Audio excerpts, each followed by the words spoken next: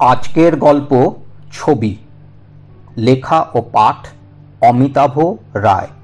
পরিবেশনা রবিবারে ও অবসরে গল্প পাঠ। চন্দনা মাইতি পুরুলিয়া জেলায় বলরামপুর ব্লকের কাত্যায়নী বালিকা বিদ্যালয়ের ইংরেজি শিক্ষিকা। গত 25 বছর ধরে এই গ্রামের সাথেই ওতপ্রোতভাবে জড়িয়ে গেছে ওর শরীর ও মন। ছোট থেকে বড় সবার কাছেই আজ দিদিমণি নামেই পরিচিত। জুন মাসের এক কাঠফাটা রোদে হাজির হয়েছিল পুরুলিয়া, সরাসরি ব্লক অফিসারের কার্যালয়ে। হাত জোর করে কাতর আবেদন করেছিল দুটি কথা শোনার জন্য। অফিসারের মেয়েটিকে অন্যদের থেকে আলাদা মনে হয়েছিল। অনুমতি পেয়ে চেয়ারে বসে আঁচলে কপালের ঘাম মুছে সঙ্গে সঙ্গে ফাইল খুলে সার্টিফিকেটগুলো দেখালো। অনাথ হিসাবেই নিজের পরিচয় দিল। পাশে আরেকটা ঝোলা ব্যাগ, সেটাও আঁকড়ে ধরে আছে। আপাতভাবে সামান্য আবেদন, একটা যে কোনো চাকরি আর একটু নিরাপদ আশ্রয়স্থল। ব্লক অফিসারের কাছে ব্যাপারটা যেন বিশ্বাসযোগ্য হচ্ছিল না। কয়েকজনের সাথে একটু আলোচনা করলেন। কয়েকটি জিনিসই তো সবাই চায়, কিন্তু যেখানে এই গ্রামেরই লোকেরা কলকাতায় ছোটে অন্য সংস্থানের জন্য, সেখানে কলকাতা সংলগ্ন শহর থেকে আসা এরকম উচ্চশিক্ষিতা সদ্য যুবতীর কাতর আবেদনে সবাই একটু চঞ্চল হয় বই কি। ব্লক অফিসার বন্ধু পুলিশ অফিসারের সাহায্য চায়। পুলিশের যে কোনো কথা বলা মানেই যেন একটা স্বাভাবিক জেরা। দু চারটে কথা বলার পর বুঝলেন দৃঢ়চেতা মেয়েটি অনাথ অবশ্যই নয়, কিন্তু সব সত্যি কথা বলবে না। মনের আনাচে কানাচে অন্যরকম একটা লোভ উকিঝুঁকি মারছিল। সন্তানহীন পুলিশবাবু এই চন্দনাকে নিজের বাড়িতে নিয়ে যাওয়ার জন্য বেশ উৎসুক। যেন স্ত্রীর হাতে এমন সুন্দরী শিক্ষিতা মেয়েটিকে তুলে দিতে পারবে। যতদিন অন্য কোনো ব্যবস্থা না হয় ততদিন নিজের বাড়িতে রাখার একটা দারুণ অজুহাত দাঁড় করাতে পারল। সঙ্গে আরেকটা কারণ মাথার ভেতর চলছিল, যদি গ্রামের বন্ধ থাকা অবৈতনিক স্কুলটাও এবার আবার নতুন করে চালু করা যায়। সবাই আন্তরিকভাবে এই প্রস্তাবে সায় দিল। চন্দনার কাছে এটা যেন অকল্পনীয়, অলীক সুখের স্বাদ পাওয়া। সেই থেকে আজ পর্যন্ত অন্য আস্তানার কথা ভাবলেও বাস্তবে তা সম্ভব হয়নি। স্কুল চালু হয়েছে, প্রথম দিন থেকেই প্রধান দিদিমণি। গ্রামের ঘরে ঘরে গিয়ে ছাত্রছাত্রী জোগাড় করতে হতো। আজ অনেক ছাত্রছাত্রী, বিশেষ করে ছাত্রীদের বাড়ির লোকজনকে বোঝাতে পেরেছে মেয়েদের পড়াশোনা শেখা কত জরুরি। মাঝে মাঝেই ছাত্রছাত্রীদের নিয়ে হাসপাতালেও দৌড়তে হয়। ডাক্তার নার্সদের সাথেও সেই কারণে দারুণ সখ্যতা। ছোট্ট গ্রামটা যেন এক পরিবার। রাজনৈতিক বাতাবরণ মাঝে মাঝে বিভেদ সৃষ্টি করলেও উৎসব মিলনের রং মাখিয়ে যায়। পুলিশ গিন্নিকে মামনি আর পুলিশ বাবুকে বাবাই বলে ডাকে। কয়েক মাসের মধ্যে মামনির কাছে অনেক কথাই বলতে হয়েছে। 19-20 বছর বয়সে পাড়ার এক ব্রাহ্মণ সন্তানের ভালোবাসায় জড়িয়ে পড়ে। কয়েকটা বাড়ি পরেই ওদের বাড়ি। দুবাড়ির মধ্যে বিশেষ সখ্যতাও ছিল, কিন্তু ছেলের বাড়ির চোখে ওদের এইভাবে মেলামেশাটা অত্যন্ত অশোভনীয়। ভবিষ্যতের কথা ভেবেই বড় আশঙ্কা। চন্দনা তখন ভেবেই পায়নি সুদেব আর তাদের ধর্ম তো একই, হ্যাঁ জাত আলাদা, তাতেই এত অলড়ন। সুদেব তখন কলকাতার হোস্টেলে, কলেজের ফাইনাল ইয়ারের ছাত্র। কিছু কথা কানে ঢুকলেও ফুৎকারে সব উড়িয়ে দিত, বলতো সব ঠিক হয়ে যাবে। অন্যদিকে চন্দনাও কিছু কম নয়, ইংরেজিতে MA ফাইনাল ইয়ার, বিয়েতে ফার্স্ট ক্লাস সেকেন্ড। এর মধ্যে একদিন সুদেবের মা চন্দনাদের বাড়িতে এসে অনেক কথা শুনিয়ে গেলেন। কেন যে এরা বামন হয়ে চাঁদ ধরতে যায়, যে মেয়েকে বাড়ির ঠাকুর ঘর আর রান্নাঘরেই ঢুকতে দেওয়া যাবে না, তাকে বাড়ির বউ করে নিয়ে যাবেন কেমন করে। সবচেয়ে অদ্ভুত ব্যাপার, চন্দনার বাবা মা দুজনেই মন থেকে বিশ্বাস করেন তাদের মেয়ে বড় উঁচু জাতের ছেলে পছন্দ করে ফেলেছে। সুদেবের মতো অত বড় ঘরের ব্রিলিয়ান্ট ছেলে নিশ্চিত এই পাদের পা দেবে না। চন্দনা এতটুকু প্রতিবাদ করে না। ও জানে সুদেব কতটা জেদি। কিন্তু বিয়েটা যেহেতু দুটো পরিবারের মিলন, এক্ষেত্রে সবাই খুব দুঃখ পাবে। ওদিকে চন্দনা এবারে ইউনিভার্সিটির ফার্স্ট ক্লাস ফার্স্ট। সুদেব ফোনে অনেক অভিনন্দন জানায়। সুদেবের হোস্টেল থেকে ফিরে আসার আগের দিন চন্দনা ইউনিভার্সিটি থেকে সার্টিফিকেট আনতে যায়। এক বন্ধুর বাড়িতে এক রাত্রি থেকে যাওয়ার জন্য বাড়ি থেকে অনুমতি নিয়ে গিয়েছিল। পরদিন সকালেই হাওড়া থেকে সরাসরি পুরুলিয়া। এমনকি বন্ধু পর্যন্ত বুঝতেই পারেনি। সুদেব আসার পর যখন খোঁজাখুঁজির মাত্রা বাড়তেই থাকলো, তখন দুবাড়ির সবার সাথেও বন্ধু অনেক কিছু জানতে পারল। সুদেব সকাল থেকে চন্দনার মোবাইলে হাজারোবার ফোন করে ফেলেছে, পুলিশের সাহায্য চেয়েছে। সবচেয়ে বড় কথা, নিজের বাড়ি থেকে বাবা মায়ের সাথে অশান্তি করে কলকাতায় ফেরত পর্যন্ত চলে গেছে। এই জেদটাই তো চন্দনাকে চিরটাকাল সংক্রামিত করেছে। ও ভেবেছিল নিজে চলে গেলেই সুদেব একদিন স্বাভাবিকভাবে সব ভুলে নতুনভাবে জীবনযাপন করবে। ট্রেনে যাওয়ার সময়ই মোবাইল সিমটা ভেঙে জানলা দিয়ে ফেলে দিয়েছিল। এর পরের জীবন চন্দনা নিজের মনের কল্পনায় সাজিয়েছে, বাস্তবের সাথে যার কোনো মিলই নেই। তবে কারোর খোঁজ রাখার দায় তার নয়, এটাই মনে করেছে।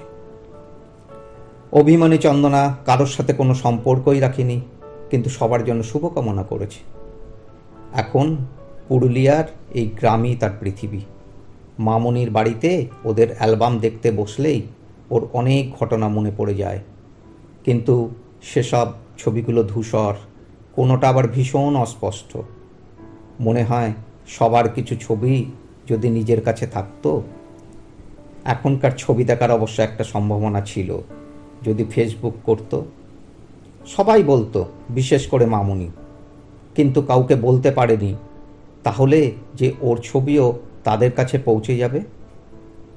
প্রায় বিগত 25 বছর আগের বিশেষ মুহূর্তের ছবি ওর মোবাইলের ক্যামেরায় ধরে রাখা আছে। মাঝে মাঝেই আগ্রহ সহকারে দেখে। খুব মন খারাপ হলে গ্রামের পথে হাঁটতে হাঁটতে অনেক দূর চলে যায়। গত 25 বছরে প্রাইমারি স্কুল থেকে হায়ার সেকেন্ডারি স্কুল হয়েছে। উনি যেহেতু স্কুলের বড় দিদিমণি, প্রত্যেকটা ছাত্রছাত্রী ওর কাছে ভাই বোন বা সন্তানের মতো। প্রত্যেকের সুখ দুঃখ, সাংসারিক অবস্থা ওর জানা। অনেক সময়ই নিজের মাইনের টাকাও এদের বিপদ থেকে উদ্ধার করার জন্য ব্যবহার করে। মামনি বাবাইও সব কিছুতেই সায় এবং সাথ দেন। প্রতি বছর পর্যটকদের পুরুলিয়া ভ্রমণের বিশেষ সময়ে চন্দনা নিজেকে একটু গুটিয়ে রাখে। স্কুল আর বাড়ি ছাড়া বাইরে বিশেষ বের হয় না। যদিও ওদের এদিকটায় কোনো দ্রষ্টব্য স্থান নেই, কিন্তু ইদানিং আবার অফবিট জায়গায় সবার ঘুরে বেড়ানোর একটা হুজুগ উঠেছে। মাঝে মাঝে নিজেও ভাবে 25টা বছর কিভাবে নিজেকে সব কিছু থেকে বঞ্চিত করে কাটিয়ে দিল। শুধু সুদেব সুখী হবে বলে? তাহলে আজও কেন সুদেবকে প্রতি মুহূর্তে মনের একান্তে জপ করে? কেন সুদেবের স্বপ্নে আজও চমকে ঘুম ভেঙে যায়? সেদিন রবিবার, স্কুল ছুটি, কিন্তু গ্রামে নতুন উৎসব, নতুন আশায় সবাই উচ্ছ্বসিত। কারণ কলকাতা থেকে নামকরা মাঝবয়সী একজন নতুন ডাক্তার আসছেন, মহকুমা শাসকের ক্লাসমেট। সবার অনেক আশা, রাত বিরেতে বিপদে পড়লে এখানেই একটা কিছু গতি হবে। সকালেই হাসপাতালের সামনের মাঠে ডাক্তারবাবুর জন্য স্বাগত অনুষ্ঠানের ব্যবস্থা করা হয়েছে। চন্দনাও একজন বিশেষ অতিথি। বাবাই এবং মামনিকে নিয়ে হাজির, এবং সবচেয়ে সামনের সারিতে বসেছে। মঞ্চে ডিএম সাহেব, স্থানীয় পঞ্চায়েত প্রধান ইত্যাদি মান্যগণ্য ব্যক্তিরা। ডাক্তারবাবু মঞ্চে এসে দাঁড়াতেই চন্দনা বিদ্যুৎ গতিতে উঠে দাঁড়ালো। সবাই সেটা সম্মান দেখানো ভেবে দাঁড়িয়ে পড়ল। পুষ্পস্তবক দেওয়ার জন্য চিরাচরিতভাবে চন্দনারই ডাক পড়ল, কিন্তু ওর কানে যে কোনো কথা ঢুকছিল না। মামনির আলতো ঠেলায় সম্বিত ফিরল, আস্তে আস্তে মঞ্চে উঠল। ডাক্তারবাবু এক দৃষ্টিতে ওর দিকে তাকিয়ে আছেন। চন্দনা নববধূর মতন মুখ নিচু করে দাঁড়িয়ে আছে, ঠিক যেন শুভদৃষ্টির আগের মুহূর্ত। কিছু একটা ব্যতিক্রম হচ্ছে, এটা একমাত্র মামনির চোখ এড়ালো না। গ্রামের বাজারে পুষ্পস্তবক পায়নি বলে দায়িত্বপ্রাপ্ত ব্যক্তিটি ফুলের মালা নিয়ে এসেছে। মাইকে আবার মাল্যদানের ঘোষণা। চন্দনার হাতে মালা ধরিয়ে দেওয়া হলো। দুই একজন গোড়া ব্যক্তিদের চোখে এটা কিছুটা অশোভনীয় বলেই মনে হচ্ছিল। ঘোরের মধ্যেই চন্দনা মালাটা পরিয়ে দ্রুত নমস্কার করে নিজের আসনে এসে বসে পড়ল। সবার অনুরোধে ডাক্তারবাবুও স্থিরভাবে কয়েকটা কথা বললেন, কিন্তু কেমন যেন আনমনা। এখানে ওনার পরিচিত কেউ বলতে বন্ধু ডিএম সাহেব। উনিও ওনার বক্তব্যের সময় ডাক্তার বন্ধুর ভূয়সী প্রশংসা করলেন, আর আজকের আনমনা ভাবের কথাও বললেন। সভা শেষে চন্দনারা তাড়াতাড়ি বাড়ি ফিরে এলো। মামুনি একটাও অন্য প্রশ্ন করলেন না, শুধু একটু নজর রাখলেন। চন্দনাও খেয়ে উঠে একটু বিশ্রাম নিতে গেল। বুক ঢিপ ঢিপ করার মাঝেই কখন ক্লান্ত শরীরে দু চোখ বন্ধ হয়ে এসেছিল। ঘুম ভাঙল দরজার বেল বাজার শব্দে। দুই সহকর্মী দেবী আর সুমি সেই শহর থেকে এসে হাজির। পরদিন সকালেই তো দেখা হবে, একটা ফোন না করেই চলে এলো। অবাক কাণ্ড। মামনি বাবাই খুব খুশি। চন্দনার না বোঝা গোমরা ভাবটা অন্তত কাটবে। বাবাই বাজারে গেলেন কিছু খাবার আনতে। মামনি চা বিস্কুট দিয়ে নিজের ঘরে চলে গেলেন। কান পেতে ওদের কথা শোনার চেষ্টা করলেন। দেবী সুমি চন্দনের ওপরে প্রায় ঝাঁপিয়ে পড়ল, কিন্তু অত ফিসফিস করে কথা মামনির কানে কিছুই ঢুকলো না। দুজনে ভীষণ রকমভাবে উত্তেজিত।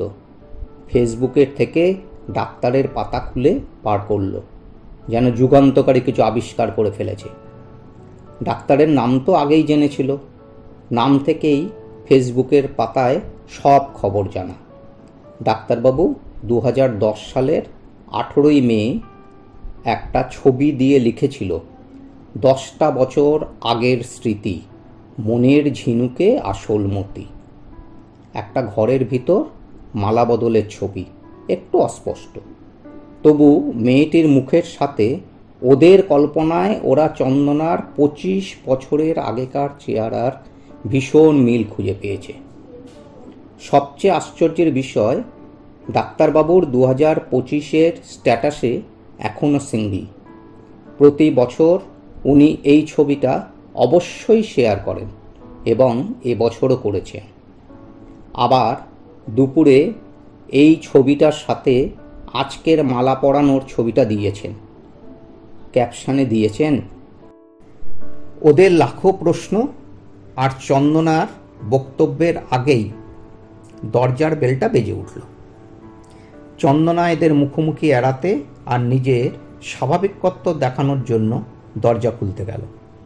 দরজা একটু ফাঁক করে বাবাইকে দেখে স্বস্তির নিঃশ্বাস ফেলে দরজা খুলতেই স্তম্ভিত। ডাক্তারবাবু যে চন্দনার সঙ্গে দেখা করতে এসেছেন সে কথা গর্বের সঙ্গে বলতে বলতে বাবাই দেখলেন উনি চন্দনার সামনে হাঁটু গেড়ে বসে পড়েছেন। বাবাই উচ্চস্বরে কি হলো বলতেই ভেতর থেকে অন্যেরা এসে হাজির। সবাই ভেবেছিল ডাক্তারবাবু হঠাৎ অসুস্থ হয়ে গেছেন। ওরা হৈ হৈ করে উঠল, কিন্তু চন্দনার হাত ধরে যখন ডাক্তারবাবু কিছু বলছেন তখন চন্দনার কাছে পৃথিবী থমকে গেছে। দিশেহারা মুখ, আধো অন্ধকারে সবার অলক্ষ্যে হয়তোবা 2-4 ফোঁটা চোখের জলও পড়ে গেছে। বাদবাকিরা কিংকর্তব্য বিমূঢ়। কেবল সুমি মোবাইলে এই যুগলের ছবির পর ছবি তুলে যাচ্ছে।